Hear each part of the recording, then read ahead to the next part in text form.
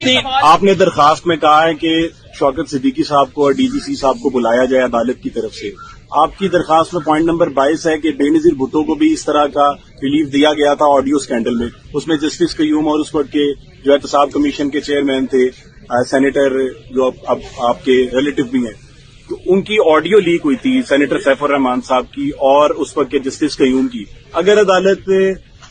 جنید صفدر کے اب father in لا ان کو بلاتی ہے تو وہ آئیں گے, اور آپ اس چیز کو کنڈیم کریں گی کہ اس طرح کی جو آڈیو لیک ہوئی تھی کہ بے نظیر کو 7 سال کی سزا دی جائے؟ بہت شکریہ. ایک تو اس کا فیصلہ ہو چکا ہوا ہے, دوسرا میرے کیس سے متعلق مجھ سے بات کریں. آپ نے کیس میں لکھا ہے آپ کے بسم اللہ الرحمن الرحیم. السلام علیکم ناظرین, عرفان ہاشمی آپ کو اپنے شو میں لندن سے خوش آمدید کہتا ہوں. ویورز, پروگرام کے شروع میں آپ نے ایک آڈیو کلپ سنا جس میں ایک صحافی مریم نواز سے سوال کرتا ہے کہ میڈم آپ نے اپنی درخواست کے اندر موقف اختیار کیا کہ جیسے بے نظیر کو انصاف دیا گیا ویسے ہی مجھے بھی انصاف دیا جائے, اور ایک آڈیو ٹیپ کا حوالہ دیتے ہیں, اور یہ آڈیو ٹیپ سیف الرحمان صاحب کی تھی جو آپ کے رشتہ دار ہیں. تو کیا آپ سینیٹر سیف الرحمان کو کہیں گی کہ وہ پاکستان آئیں اور عدالت کے سامنے پیش ہوں تاکہ آپ کا کیس مزید مضبوط ہو سکے؟ مریم نواز کے پاس جواب نہیں تھا. وہ کہتی ہیں کہ آپ مجھ سے میرے کیس کی بات کریں, اس کیس کا فیصلہ ہو چکا ہے. دلیل نہیں تھی, جواب نہیں تھا. غنیمت انہوں نے اسی میں سمجھی کہ پریس کانفرنس کو لپیٹا جائے اور یہاں سے نکلا جائے. صحافی جس نے یہ سوال کیا, یہ سوال نہیں تھا بلکہ آئینہ دکھایا گیا مریم نواز کو. اسے کہتے ہیں باندھ کے مارنا. پاکستان کے سوشل میڈیا کے اوپر یہ کلپ بہت تیزی کے ساتھ وائرل ہو رہا ہے. پاکستان کے میڈیا نے تو آپ کو یہ جو سوال پوچھا گیا نہیں دکھایا, لیکن سوشل میڈیا کے اوپر جس صحافی نے یہ سوال کیا, ہم نہیں جانتے یہ صحافی کون ہے, لیکن یقیناً اگر ایسے ہی صحافی پاکستان کی صحافت پر میں آ جائیں 5-10 تو یقیناً ہماری ایسے سیاستدانوں سے جان چھوٹ جائے گی. اور وہ چہرہ جو خوبصورت چہرہ ہے, جو پلاسٹک سرجری والا چہرہ ہے ان سیاستدانوں کا جو ہمیں ہر روز دکھاتے ہیں, کم از کم اس سے پاکستان کی عوام کی جان بھی چھٹے گی اور پاکستان آگے بھی بڑھے گا. اس کلپ کو دیکھنے کے بعد مجھے مرحوم اشفاق احمد صاحب کی وہ بات یاد آ گئی کہ سچ بولا نہیں جاتا, سچ پہنا جاتا ہے. سچ بولنے کی چیز نہیں ہوتی, سچ اوڑھنے کی چیز ہوتی ہے. اور وہ یہ اکثر کہتے تھے کہ میری بڑی خواہش ہے کہ کسی ایک دن میں سچ پہن کر اوڑھ کر باہر نکلوں اور دنیا کو دیکھوں میرے ارد گرد کیسے لوگ ہیں. کیونکہ جب آپ سچ پہن کر نکلیں گے تو کوئی آپ پر تنقید نہیں کر سکتا. لوگ تو یہی کہیں گے نا کہ وہ دیکھو سچ کا مجسمہ جا رہا ہے اور سچ جا رہا ہے. تو بولنے میں اور پہننے میں سچ کو یہی فرق ہے. لیکن افسوس کی بات یہ ہے کہ ہمارے سیاستدان سچ پہننا تو بہت دور کی بات ہے, سچ بولتے بھی نہیں ہیں. مریم نواز جس طرح دن گزر رہے ہیں, یہ کیس آگے بڑھ رہا ہے, اپنے آپ کو مزید ایکسپوز کر رہی ہیں سیاسی طور پر. اور جس طرح انہوں نے جھوٹ بولے اور جس طرح یہ پورا خاندان جھوٹ بولنے پر اس وقت اپنے آپ کو انہوں نے مصروف رکھا ہوا ہے, اس سے ان کے چہرے اور ان کی کارکردگی, سیاسی کارکردگی اور سیاسی تیاری جو ہے وہ مزید کھل کر سامنے آ رہی ہے. اور مقصد صرف یہ ہے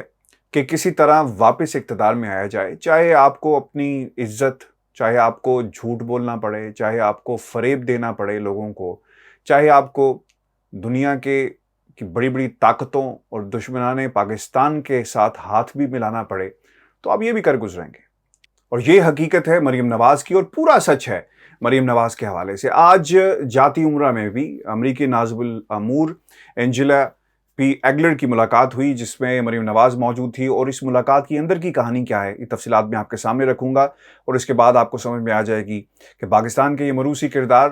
سیاسی مسخرے اور ایکٹرز جو ہیں وہ کس قسم کی سیاست اس وقت کر رہے ہیں پاکستان کو داؤ پر لگا کے, اور انہوں نے اب ایک بار پھر امریکہ بہادر کی طرف کیوں دیکھا. بالکل اسی طرح جیسا بے نظیر کرتی رہی, اور پھر بلاول زرداری نے بھی وہی راستہ اختیار کیا. نواز شریف صاحب برطانیہ میں بیٹھتے ہیں, پاکستان کے اداروں کے خلاف بولتے ہیں, حکومت کے خلاف بولتے ہیں, اور جب نعرہ لگتا ہے ایبسولوٹلی ناٹ کا تو پھر امریکہ کی طرف دیکھا جاتا ہے. جب اندر سے مدد نہیں ملی تو پھر کس طرح ان لوگوں نے دشمنان پاکستان کے ساتھ ہاتھ ملانا جو ہے وہ اپنی اسی میں عافیت سمجھی. آج کی یہ ملاقات, اس کی ٹائمنگ بڑی امپورٹنٹ ہے. وہ اس لیے بھی امپورٹنٹ ہے کیونکہ مریم نواز اور نون لیگ اپنے تمام جو کارڈز ہیں وہ ایک تو شو کر چکے ہیں، اور اگر یہ کہا جائے کہ تمام حربے جو سیاسی حربے تھے انہیں استعمال کیا ہے، اب ان کے پاس آپشنز موجود نہیں ہیں ماں سوائے اس کے کہ وہ بیرونی قوتوں کی طرف دیکھیں اور اپنا پیغام بیرونی قوتوں کو پہنچائیں۔ اس ملاقات کے اندر شاہد خاقان عباسی صاحب بہت کلوز ہیں، مریم نواز کے موجود تھے، اس کے علاوہ پرویز رشید صاحب مشہور ڈان لیکس والے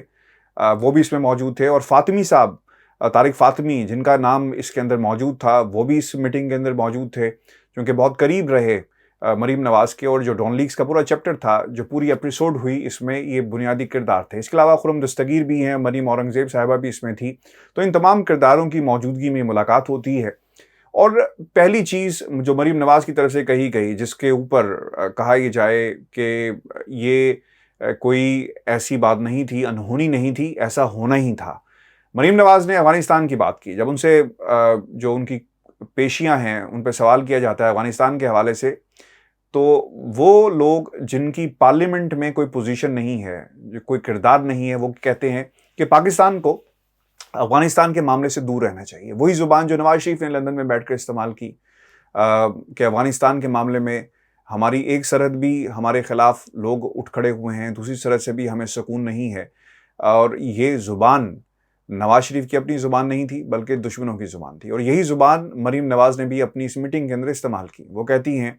کہ افغانستان کو اپنا قریبی ہمسایہ سمجھتے ہیں اور اس کی خود مختاری کا احترام کرتے ہیں، افغانستان میں کسی مداخلت کے حامی نہیں ہیں۔ ان کا اشارہ پاکستان کی طرف تھا کہ جو کچھ پاکستان نے کیا اور جن حالات کے اندر وہاں پر پاکستان اپنا کردار ادا کر رہا ہے، اس کو کرٹیسائز کیا گیا۔ ویورز یاد رکھیے گا، یہ بات امریکہ خود مانتا ہے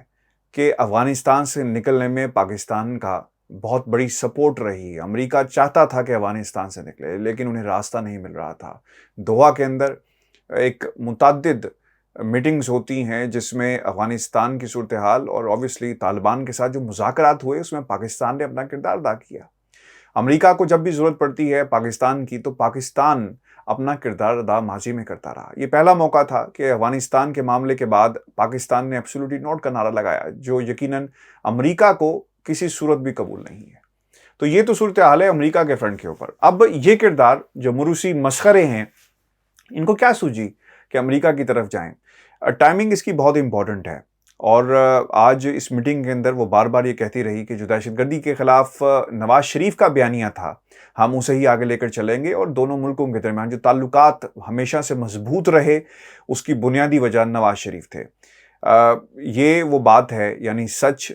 بولا نہیں جاتا، سچ اوڑا جاتا ہے۔ تو یہاں پر لوگ سچ بولنا اوڑنا تو بہت دور کی بات ہے، سچ بول بھی نہیں رہے بلکہ سراپا جھوٹ ہیں اور مجسمہ جھوٹ ہیں۔ پاکستان کے جو تعلقات ہیں اوور دا ایئرز،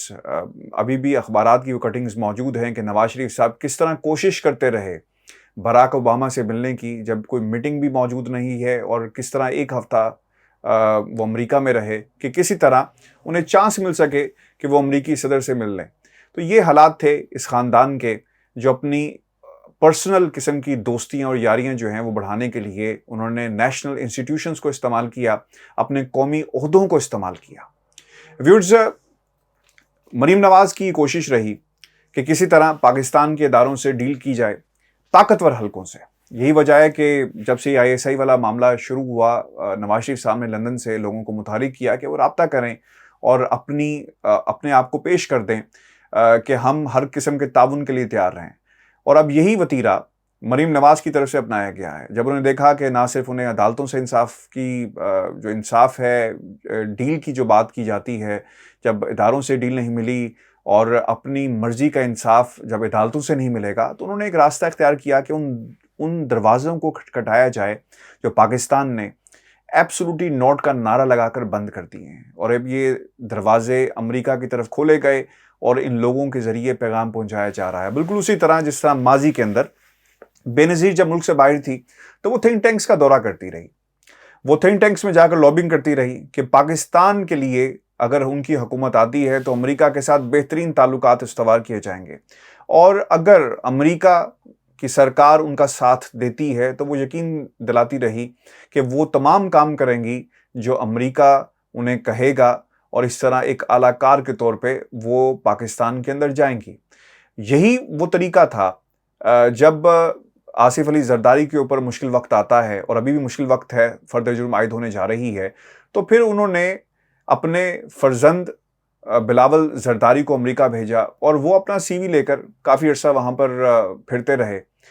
اس کوشش میں کہ کوئی انہیں منہ لگائے، کہیں سے انہیں آواز آئے اور سہارا ملے جسے وہ پاکستان آ کر ایکسپلائٹ کریں۔ اور آپ نے یہاں پر دیکھا ہوگا بلاول زرداری نے اپنی تقریروں میں یہ بات کہی کہ میں ایک دفعہ امریکہ جاتا ہوں تو حکومت کے لوگوں کی نیندیں اڑ جاتی ہیں۔ یہ امریکہ کیوں جاتے ہیں؟ اس لیے جاتے ہیں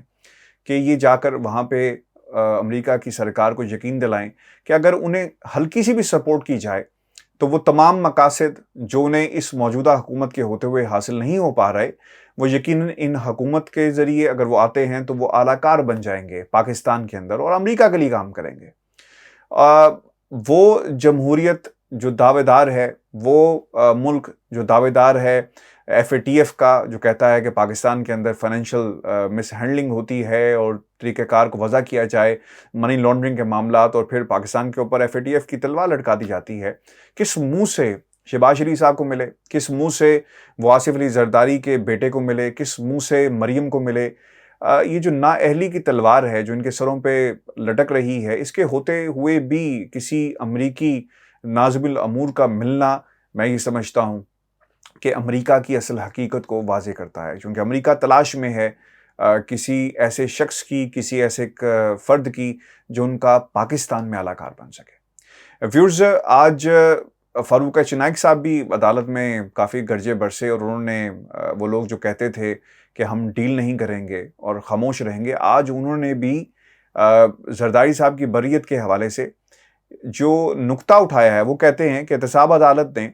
ایک تو خیر جو بریت کی درخواست تھی اسے ناقابل سماعت قرار دیتے ہوئے خارج کیا، اور چونکہ آصف علی زرداری کے اوپر 8 ارب روپے کی مشکوک ٹرانزیکشن کا ایک ریفرنس جو ہے وہ ان پہ دائر کیا گیا، اور جس کی بنیادی وجہ اس کو خارج جو موقف اختیار کیا گیا ہے فاروق چنائک کی طرف سے، وہ یہ کہتے ہیں کہ آرڈیننس، نیب آرڈیننس چونکہ آ گیا ہے، لہٰذا اب ان کے اوپر یہ کیس نہیں بنتا۔ ویورز، یہ بہت مزے کی بات ہے۔ وہ لوگ جو کہتے تھے کہ ہم ڈیل نہیں کریں گے اور کسی بھی قانون سے فائدہ نہیں اٹھائیں گے، آج وہ نیب آرڈیننس کی بات کر رہے ہیں، اور اگر یہ نیب آرڈیننس سے فائدہ حاصل کرتے ہیں تو پھر اس قوم کو یہ بات سمجھ آ جانی چاہیے کہ تمام یہ جو لوگ ہیں، سیاستدان جو ہیں، چور، لٹیرے، وڈیرے، ڈیل کی تلاش میں ہیں اور راستے کی تلاش میں ہیں۔ اسی لیے کسی نے مجھ سے یہ سوال بھی کیا کہ پاکستان پیپلز پارٹی کیوں خاموش ہے؟ اس لیے خاموش ہے کہ وہ کوئی ایجیٹیشن نہیں چاہتے، اور وہ چاہتے ہیں کہ کسی طرح معاملہ افہام و تفہیم سے اور ڈیل کے ذریعے حل ہو جائے اور انہیں ریلیف مل جائے۔ اسی لیے پاکستان پیپلز پارٹی خاموش ہے۔ اور لیکن ایک بات میں ضرور کہوں گا، اور مجھے اس میں کہنے میں کوئی عار نہیں ہے، نواز شریف صاحب بیمار ہونے کے باوجود لندن میں بیٹھے ہیں، لیکن زرداری صاحب بیمار ہونے کے باوجود عدالتوں کے سامنے پیش ہو جاتے ہیں، کیونکہ عدالت نے انہیں باؤنڈ کیا تھا۔ بعض لوگ شاید اس چیز کو دلیل کے طور پر پیش کریں، لیکن عدالتوں نے جب بھی آصف علی زرداری کو بلایا، آصف علی زرداری پہنچتے ہیں، لیکن نواز شریف صاحب ملک چھوڑ کر برطانیہ میں ایک بہت ہی پرتعیش قسم کی زندگی گزار رہے ہیں۔ تو میرا خیال ہے کہ چاہے آپ چور ہوں، چاہے آپ پر الزام ہو، چاہے آپ لٹیرے ہوں، آپ کو عدالتوں کا سامنا کرنا کسی بھی رہنما کے لیے ضروری ہوتا ہے، اخلاقی طور پہ بھی، اور اگر آپ چاہتے ہیں کہ آپ کا سیاسی قد بڑھے اور آپ کی سیاست چمکے اور آپ اپنے موقف پر قائم ہیں، یہ تاثر دینا چاہتے ہیں لوگوں کو، تو آپ کو عدالتوں کا سامنا کرنا پڑے گا۔ بھگوڑے کی زندگی جو ہے وہ پھر ایسی ہوتی ہے، یعنی آپ برطانیہ میں ہیں اور بیٹی آپ کی پاکستان میں ایک ایسی جنگ لڑ رہی ہے جس میں بار بار وہ اپنے والد کا نام لیتی ہیں کہ ہم نے جمہوریت کے لیے جو کچھ کیا، اور اب بات یہاں تک پہنچ گئی ہے کہ وہ اب دشمنان پاکستان سے مدد مانگ رہے ہیں۔ ویورز، یہ ہماری آج کی ویڈیو تھی۔ اپنے کمنٹس ضرور بھیجیے گا، اور کوئی سجیشنز ہو تو وہ بھی ضرور دیجیے گا۔ اجازت دیجیے، اللہ نے کے بعد۔